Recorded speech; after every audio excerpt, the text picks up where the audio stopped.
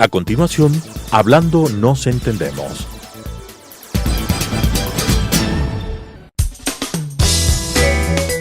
Clasificación A. Apto para todo público.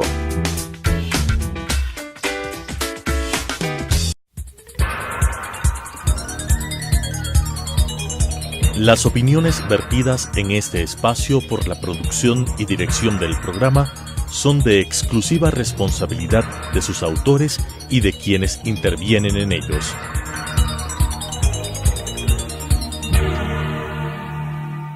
Telesucesos Canal 29 UHF presenta Hablando nos entendemos, un programa de la Academia Ecuatoriana de la Lengua con la conducción de Gonzalo Ortiz Crespo. Hablando nos entendemos. Bienvenidos al programa de la lengua y la cultura, el programa de la Academia Ecuatoriana de la Lengua que está con ustedes todas las semanas tratando de estos temas que nos interesan al alma, que nos hacen crecer. Este programa va a girar en torno a dos temas: el libro, porque viene la Feria del Libro, y la comunidad judía del Ecuador que está celebrando 80 años, y también un acontecimiento doloroso, la Noche de los Cristales Rotos, que aconteció exactamente hace 80 años. Arrancamos. Noticias de la lengua y la cultura. En las noticias les decía que viene la Feria del Libro. Pasado mañana se abre la 11ª Feria del Libro. Durante 10 días, desde el 9 hasta el 18 de noviembre, va a estar en actividad esta feria en el nuevo Centro de Convenciones Metropolitano, como se le ha llamado, que queda en el Parque Bicentenario, es decir, en el antiguo aeropuerto. Este nuevo centro de convenciones ya ha acogido unas pocas actividades y va a ser la primera vez que la Feria del Libro esté en este lindo espacio. Creo que va a ser la mejor feria en ese sentido porque va a haber amplitud, hay unas inmensas salas que acogen, y además hay un muy buen parqueadero, de manera que va a ser muy interesante. Están ya agotadas las entradas para el conversatorio que el novelista Haruki Murakami, este escritor japonés que ha escrito algunas obras en inglés, pero también en su idioma nativo, va a tener un conversatorio el sábado en el Teatro Nacional de la Casa de la Cultura Ecuatoriana. Pero a pesar de que ustedes no hayan llegado a tener entradas para eso, hay como 15 conferencistas extranjeros que van a estar a lo largo de la Feria del Libro hablando de sus novelas o de consejos para la creación literaria y de otros temas como los editoriales, por ejemplo. Hay un encuentro, una feria de editoriales también. Les recomiendo además un acto especial organizado por la Academia Ecuatoriana de la Lengua junto con el municipio de Quito. Va a ser el martes 13 de noviembre a las 18 horas. Y es un conversatorio precisamente para reflexionar y proponer políticas para incentivar el hábito de la lectura y la difusión del libro, particularmente entre los niños y adolescentes de Quito. Las personas que intervendrán en este conversatorio son Juan Samaniego. Él fue director municipal de cultura, es un experto internacional que le contrata constantemente la UNESCO, la UNICEF, sobre temas de educación y cultura. Juan Samaniego y Soledad Fernández de Córdoba, quien es la directora de la Biblioteca Municipal. Ellos van a hablar sobre este tema y les invito a personas que hayan tenido algún tipo de experiencia para compartir allí sus logros y también sus frustraciones en esto del fomento del libro y la lectura. La problemática del libro y la lectura en el Ecuador es seria, incide en el desarrollo del país. Fíjense ustedes que los datos son que el ecuatoriano lee medio libro al año, una estadística muy baja, muy lamentable, y tenemos que leer más. La lectura es el poder secreto de la gente. El que lee tiene mucho más poder, tiene mucha más capacidad para trabajar. está listo para una serie de desafíos en la vida. El que lee, lo que sea, el que lee novelas, el que lee historia, biografía, lo que fuera.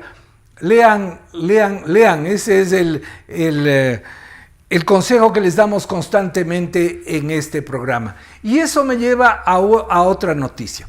Curiosamente, en la feria del libro más importante del mundo, en la de Frankfurt, hace 10 años, se hizo una encuesta general entre los editores, entre los distribuidores del libro, entre los asistentes a la feria, una gigantesca encuesta, porque en esas ferias que hay 15,000, 20,000 personas por día de los asistentes, la encuesta era una encuesta masiva.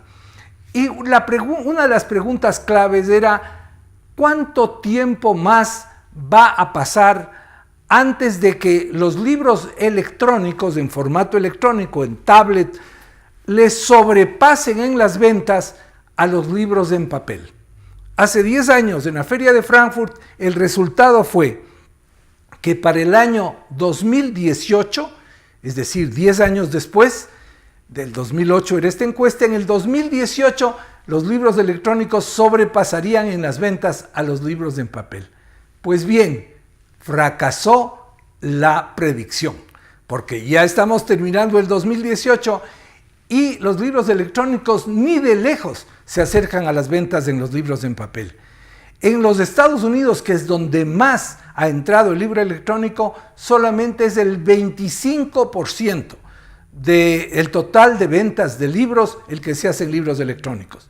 Le sigue Inglaterra, el 15%, y de allí para abajo. Alemania 8%, Holanda 6%, creo que algo así como 5% en España. Es decir, cifras muy bajas en los países donde más se venden. En América Latina, el país donde más se vende libros electrónicos es en Brasil, pero allí representa el 7% de todos los libros vendidos. De manera que la predicción de que en el 2018 el libro en papel ya estaba declinando y iba a ser superado por los libros electrónicos no ha sucedido. El libro en papel sigue siendo la forma principal para la lectura. ¿Cuáles son las ventajas del libro electrónico? El libro electrónico es más portátil quizá que el libro en papel, sobre todo si se trata de un libro muy grueso, un libro de 700 páginas, de 1000 páginas, pues no es sino entra igual en una tablet. Y también el hecho de poder llevar muchos libros en poquísimo espacio. Uno puede llevar una biblioteca en una tablet, pero ¿quién se lee una biblioteca? No se necesita llevar una biblioteca. Así que la practicidad del libro electrónico no ha sido tan gran cosa, algún argumento tan importante para que se venda más que el libro en papel, que sigue dando una lectura más amigable, más deliciosa incluso al pasar las hojas. Bueno, esto era el tema del libro. Ahora viene la segunda parte y voy a tener en un momento a mi invitado. Regreso en un instante. La vida de la academia. Muy bien, estamos de vuelta, como les dije, con el doctor Pablo Vetter. Pablo es un antiguo amigo mío y estábamos hablando justo de lo que veníamos comentando, el tema del Kindle, que es este aparato en el que se puede leer libros, una tablet. Y me decía Pablo que él tiene una. ¿Tú usas mucho para leer o lees más en papel? No, yo leo en papel. Prefiero papel porque ahí subrayo, pongo anotaciones, vuelvo fácilmente páginas anteriores cuando necesito. Pero cuando viajo llevo el Kindle. Ajá. Y el Kindle usa muy poco la batería, o sea, de una cargada me dura 5, 6, 10 días a veces. Ah, días. Y sí. Usándolo todo el tiempo. Usándolo. Constantemente. No 8 horas al día, pero todos los días leyendo un par de horas. Y llevo un tipo de literatura que no tengo que tener en el estante. O sea una cosa más liviana. Más liviana. Una novela de policial. ¿Te gusta la novela policial? Sí, me gusta. Me gustan tus novelas, como la de la Revolución Alfarista. Ya, gracias. Pero esa no está en Kindle. Deberíamos ponerla en Kindle. Pero tengo un compañero del colegio que vive en Estados Unidos, que es profesor de Stanford. El colegio al que se refiere es el Benalcázar. Es el Benalcázar, sí, el mejor. Aquí hay de un, la época, un de la Gabrielino época. Y uno de Benalcázar de los mismos años, así que Pero éramos rivales entonces. Gonzalo, no sé si le conoce a Ricardo Levy. Él se ha retirado, él está jubilado y está enseñando en el programa de MBA en Stanford y escribió un libro que se llama 12 lecciones para mis estudiantes. Ese libro, si lo compro físicamente, me cuesta $25. En Kindle me cuesta 9. Esa es la otra ventaja. Claro, entonces tengo el libro de Ricardo en Kindle y alguna vez que nos vimos pude discutir con él, conversar sobre el contenido del libro y lo tenía a mano. Ajá, claro. Porque estaba de viaje, yo estaba viajando, pero esta es una... Qué linda conversación, pero esta no es la conversación por la que le invité a Pablo. Hace 80 años, justamente hoy, se cumplen 80 años, este miércoles 7 de noviembre, ¿no es cierto? Son los 80 años de la famosa Noche de los Cristales Rotos o Kristallnacht, como se decía en alemán, que fue un ataque a las comunidades judías en Alemania organizado desde arriba. Luego se trató de aparentar Alemania como que era en Alemania y Austria también, como que era una cosa espontánea, pero de ninguna manera participaron las fuerzas de represión del nazismo, un ataque contra la comunidad judía. Eso implicó que hubiera una especie de cambio, ya venía la persecución hacia los judíos notándose mucho, pero allí definitivamente la comunidad judía supo que tenían que huir los que podían, porque venía lo que cínicamente después diría Hitler, la solución final, es decir, el exterminio de los judíos. Pablo es miembro de la comunidad judía. El Ecuador fue uno de los pocos países del mundo que aceptó que vinieran los judíos. Así que de eso queremos conversar con Pablo. Cuéntanos, Pablo, tú naciste ya en el Ecuador, tus padres llegaron a finales de los 30. ¿Tuvo que ver la Kristallnacht con la venida de tus papás? A ver, mi madre y sus padres, mis abuelos, llegaron de Viena, y mi papá llegó de Eslovaquia, de lo que hoy día es Eslovaquia, Checoslovaquia. En el caso de mi abuelo, él contaba siempre que por ahí, por el mes de mayo, algún amigo de él... Mayo del 38. Del 38, que no era judío, le dijo, ¿qué piensa hacer? ¿Ya tiene planes para emigrar? Y mi abuelito le dijo, ¿por qué me dice esto? Mi abuelo era un condecorado en la Primera Guerra Mundial, él peleó por el Imperio Austrohúngaro. Digo, a mí no me va a pasar nada. Y el hombre le dijo, vea, se está planeando algo para noviembre, yo le aconsejo que tome precauciones. Bueno, mi abuelito no sabía qué iba a pasar hasta que sucedió el 10 de noviembre, no el 7. La noche del 10 al 11 de noviembre. 10 al 11. Kristallnacht. Ataque a las tiendas, ataque a las casas, a las tiendas, a todos los negocios judíos. Y después, incendios, rotura de cristales, por eso se llama Kristallnacht, pero además hubo incendios de sinagogas. Al día siguiente de clases, mi mamá contaba siempre que su mejor amiga le dio la espalda. No volvió a hablar con ella porque ella era judía y la amiga no. Pero eso les impulsó a mis abuelos a buscar a dónde pueden ir y a pedir visas en varios países. El Ecuador le dio la visa.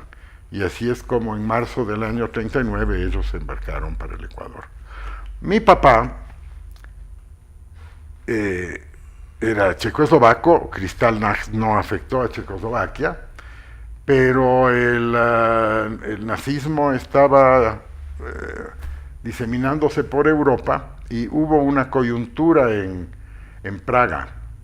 La comunidad judía de Praga compró la deuda externa del Ecuador a Checoslovaquia, los papeles de deuda, y anunció por la prensa que cualquier persona, cualquier judío que tenga visa al Ecuador y esté interesado en comprar la 11ª parte, dividieron en 11 partes, una deuda de $24,000.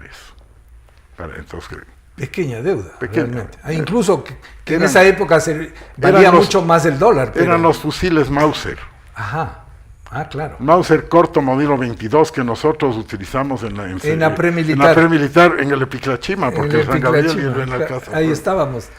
Entonces, mi papá solicitó la visa en Praga, era un solo país, Checoslovaquia, él era eslovaco. Le dieron la visa, fue a la comunidad judía, compró la 11ª parte, y cuando completaron los 11 cabezas de O sea, familia, $2,000 $2,200 cada uno, cada uno.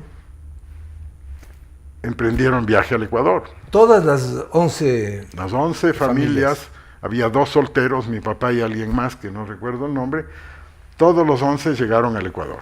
Oh, qué cosa, qué historia. Entonces, ahí tienes. Siendo ¿cómo tan salvaron amigos, su nunca vida? había oído esta historia. Fíjate, y vienen de 2 países diferentes y entonces se conocieron aquí. Se conocen aquí. ¿Cómo les lograron dar la visa? Ya empezaba la persecución, probablemente era muy difícil, pero claro, había esta situación económica, por ejemplo, en el tema de Checoslovaquia que permitió que tu papá viniera. A ver, no pagaron por la visa. Fueron cónsules, bueno, el cónsul Fuchs de Praga, Era cónsul ad honorem del claro, Ecuador. Era un checo. Sí. Él dio visas. Ya. Él dio visas a gente con mucha facilidad. Lo cancelaron eventualmente por eso. Pero no hubo problema en Checoslovaquia, en Praga. Y en Viena tampoco fue mayormente problemático. Mi madre y mi abuelita recibieron la visa antes que mi abuelo. Mi abuelo estuvo en un campo provisional, lo llamaban los nazis, porque no habían todavía los campos de concentración estructurados. Entonces, de estos campos temporales les distribuían en la medida en que ya se iban equipando los campos de concentración. Y mi abuelito recibió la visa y el salvoconducto del Ecuador y logró unirse a mi mamá y mi abuelita que estaban en Rotterdam esperando, y de Rotterdam se embarcaron para el Ecuador. Qué cosa. Y luego vienen acá. Justamente la semana pasada la comunidad judía celebró los 80 años, hubo la presencia del presidente Lenín Moreno, también estuvo el canciller José Valencia, y se hizo un homenaje. Primero la comunidad judía fue llegando dispersos de diferentes puntos de Europa. Ya había habido judíos antes en el Ecuador, pero justamente hace 80 años es que se constituye la Asociación de Beneficencia Israelita como un mecanismo de ayuda a los que llegaban, incluso como una caja de ahorros, para darles préstamos, para que establezcan unos negocios, en fin, a los que iban llegando. La comunidad llegó a ser muy grande, aunque hoy no fue tan grande, porque luego mucha gente regresó a Europa una vez que fue derrotado el nazismo, o se fueron a los Estados Unidos, ¿no? Es el caso de tu amigo Levi. Bueno, él se fue a estudiar y se quedó ahí. Pero hay gente que se fue a Israel, hay gente que se fue a otros países de América Latina donde habían familiares. La comunidad llegó a tener 5,000 personas. 5,000 personas. Hoy día es 650, 700 personas. Hay menos de 200 familias hoy día. Menos de 200 familias. Pero fíjense la contribución fantástica que ese grupo de emigrados vino. Si ustedes saben que no habrían los laboratorios LIFE si no hubiera sido por la comunidad judía, o que no habría una serie de emprendimientos comerciales, una serie de empresas que han sido formadas por ellos, porque ellos que venían, como dijo Alfredo Bayer, un niño tenía 8 años cuando sucedió Kristallnacht, y él se acuerda perfectamente de eso. Hoy tiene 88, y él dijo, bueno, veníamos con una mano delante y otra atrás, y sabían que solo podían salir adelante, como dijo Pedro Steiner, con trabajo, trabajo y más trabajo. Y bueno, vaya que lo han hecho, aunque después han salido, pero el Ecuador significó un refugio importante. ¿Qué fue lo que crees tú que hizo que el Ecuador estuviera abierto a la inmigración judía? El Ecuador no tenía antes de esta inmigración mucha experiencia con olas de migrantes, como otros países, Venezuela, Argentina, Chile, etc. Esos países pusieron cuotas, el Ecuador no puso cuotas, y más bien se dio a la presión del gobierno nazi, que presionaba a todas las embajadas, cuando ya la mayoría de los judíos que iban a venir al Ecuador llegaron acá. Mi abuela contaba que cuando mi abuelo consiguió la visa al Ecuador, ella decía que Ecuador, ¿dónde queda Ecuador? Pero es un país era un país desconocido, pequeñito, desconocido, que había sido incluso recortado, en esos años iba a ser recortado claro, más aún su territorio. Muy hospitalario. Mis padres hicieron una vida plena y feliz en el Ecuador. Mi papá era un hombre con una conciencia cívica, votaba después de obtener la naturalización, y para nosotros esta anécdota sirve. En la segunda vuelta electoral en el año 88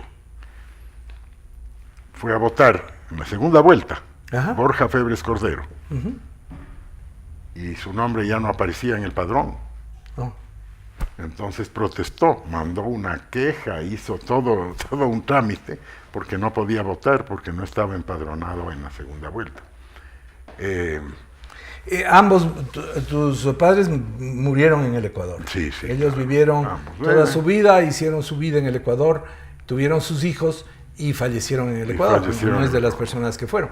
Pablo, como recordarán, fue ministro de Finanzas del gobierno de Rodrigo Borja, por eso recuerda esta anécdota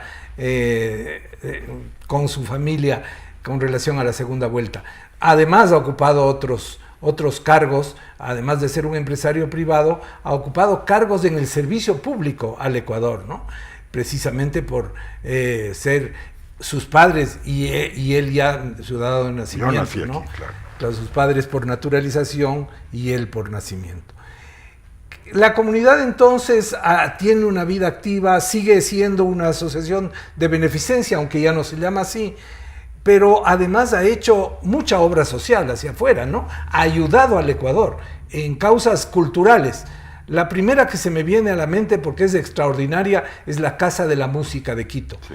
La Casa de la Música fue una donación de una mujer que ya era viuda en ese momento, judía, que había vivido toda su vida aquí y que donó $5 millones, que es fácil decirlo, pero fíjense lo que eso significa es la señora Guy Neustatter, gran benefactora de Quito, porque además hizo un asilo de ancianos en Calderón y no sé cuántas obras más. Esta es una de las muestras de la generosidad. ¿Qué me decías? El Jardín Botánico hizo. Claro, el Jardín Botánico. Era la pareja, ¿no? Hans y Guy Neustatter. Que eran dueños de siderúrgica ecuatoriana. Sí. Y que fueron unos filántropos maravillosos para la ciudad de Quito y para el Ecuador. Así es. Pero estos son individuos miembros de la comunidad judía, sí. Hay una vida comunitaria muy rica. Ya no es una asociación de beneficencia, pero como sabe el público, los judíos son muy solidarios entre sí. Entonces, si hay que ayudar a alguien, se ayuda. La ayuda que da la comunidad judía a causas nacionales o locales del Ecuador, no judías, sino generales, lo hace a través de la Sociedad Femenina Israelita. Ajá. Que es una sociedad femenina que también fue fundada, si no hace 80 años, seguro, 78, 79 años, y que ha hecho obra todos los años, ¿no? Todos los años. Pero la contribución más significativa de la comunidad judía como comunidad es el Colegio Alberto Einstein. Ajá. Sin duda, es un colegio al cual entre los fundadores me cuento yo. Yo fui rector del colegio en 2 periodos. Es un colegio cuyos estándares de educación no son comparables con otros, incluso en el continente latinoamericano. Es de tal nivel, Se compara con niveles europeos, o sea, es un nivel mundial. Y presta servicios a la comunidad en cuanto capacita a profesores de otros colegios, ayuda a colegios a incorporarse al Bachillerato Internacional, que es un programa... Claro, fue de los pioneros del Bachillerato Internacional. Fue el noveno. En realidad fuimos el número 9 en el año 98. Pero tienen esta experiencia tan buena que ayuda a los colegios que quieren tener Bachillerato Internacional. Sí. el Colegio Alberto Einstein. Pablo, no sé, una última, se nos está acabando el tiempo, una última cosa que quieras decir. ¿De qué manera esta unión de un recuerdo tan brutal como es el de la persecución en Europa, junto con la vida de la comunidad en estos 80 años, nos lleva a conversar de estos temas, ¿no? ¿Cómo se juntan el dolor y la redención de alguna manera? El dolor y la fuga, el dolor y una nueva vida. Los inmigrantes vinieron de Europa Central. No hablaban español. No profesaban la religión católica, sino la religión judía. Tenían costumbres europeas. La comida, el tipo de festividades. Entonces, eso les reunió, ¿no es cierto? No era un medio al cual podían adaptarse fácilmente, a pesar de la apertura y la generosidad de la gente en el Ecuador. Entonces, se hizo una comunidad, se estructuró una comunidad en el sentido sociológico de la palabra, ¿no? Una colectividad pequeña, que es una subcultura. Hoy día yo soy primera generación ecuatoriano, nacido en el Ecuador. Mis hijos, yo tengo hasta un bisnieto ya. Ajá. Entonces, el trauma de la persecución que sufrieron mis padres, o la generación de mis padres y mis abuelos, que yo no sufrí, pero era tema diario de conversación, o sea, se vivía eso. Eso mis hijos y mis nietos ya no tienen. Ya no tienen. El sentido de pertenencia a la comunidad judía no es tan fuerte en las generaciones siguientes. Las nuevas generaciones, claro.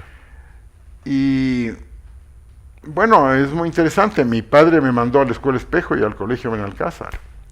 No me mandó a colegios privados, al colegio americano, por ejemplo, donde iba la mayoría de los chicos judíos, porque creía en la educación laica y porque creía en la educación pública. Qué interesante. Donde todos somos iguales, decía él. En los colegios privados los apellidos hacen que se trate distinto a la gente. Esto me dijo cuando yo entraba a primer grado. Tú eres igual a todos los demás. Entonces, habemos algunos de la Escuela Espejo y del Colegio Benalcázar, no muchos, pero sí algunos, que tuvimos esta educación laica pública, laica muy democrática, ¿no? En unos años en que además esos colegios eran de primer nivel, se destacaban también. Pablo, muchas gracias por haber venido. Como ven, les he dado un tema completamente diferente para reflexionar, pero háganme el favor de ser felices. Nos vemos la próxima semana.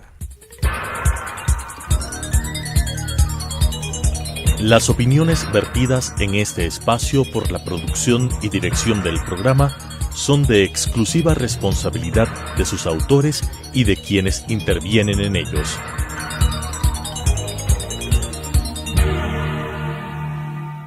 Telesucesos Canal 29 UHF presentó Hablando nos entendemos, un programa de la Academia Ecuatoriana de la Lengua con la conducción de Gonzalo Ortiz Crespo.